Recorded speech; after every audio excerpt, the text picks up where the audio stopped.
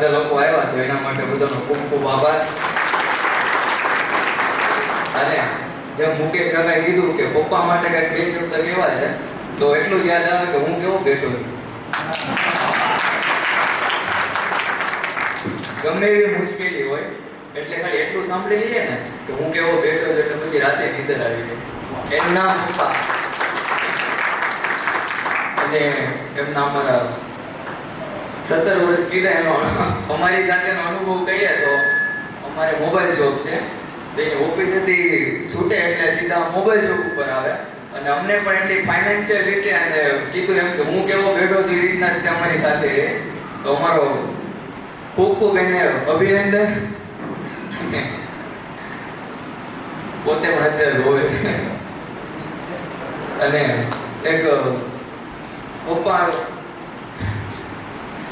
એક દીકરા માટે તો સૌથી મતલબ કે મુશ્કેલ વસ્તુ હોય ને તો પપ્પાને આઈ લવ યુ કેવું એને ગળે મળવું. તો અત્યારે મારી સામે બેઠા છે તો આઈ લવ યુ પધારો. જોરદાર તાળીઓ બાપુરા માટે, જોરદાર તાળીઓ. સાથીઓ, તમને જ નથી કહેતું કે હું બેઠો છું. દલભાઈ સાથે જેટલાએ પણ નોકરી કરી છે બધાને આ જ શબ્દ કીધા છે, ગુજામાં હું બેઠો છું. 100%ની વાત છે કે હું બેઠો છું એમ સાંભળી લઈએ એટલે આપણે સંતોષ થઈ જાય. અને બાકી હવે મારા મોટા ભાઈ છે થોડુંક કહે છે. નમસ્કાર સૌને. જે નાના ભાઈ કીધું એ જ રીતે હું કહેવા માંગુ છું કે પપ્પા, તમે અમારા માટે જે ઘરનું માળો જે કહેવાય છે અને જે મેઇન વ્યક્તિ એ જ તમે અમારા માટે છો. જે રીતે તમે અમારી પાછળ ઊભા રહ્યા છો એવી જ રીતે અમે તમારી પાછળ ઊભા રહીશું. વાતાવરણ થોડું જે બોલ્યું છે તો એને થોડું હળવું કરીએ દલભાઈ.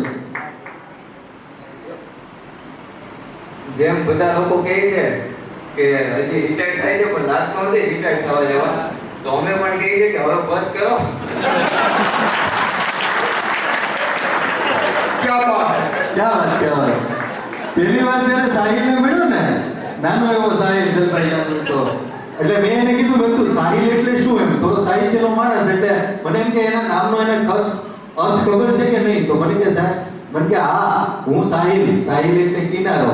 પછી મને કે લોહીનો કિનારો તો હું છું જ કે મને કે એ આ સાહિલ આજે આપણે જોઈએ છીએ કે આ એક ડાળીમાંથી એક ફૂલમાંથી એક ડાળી બનવા જઈ રહ્યો છે.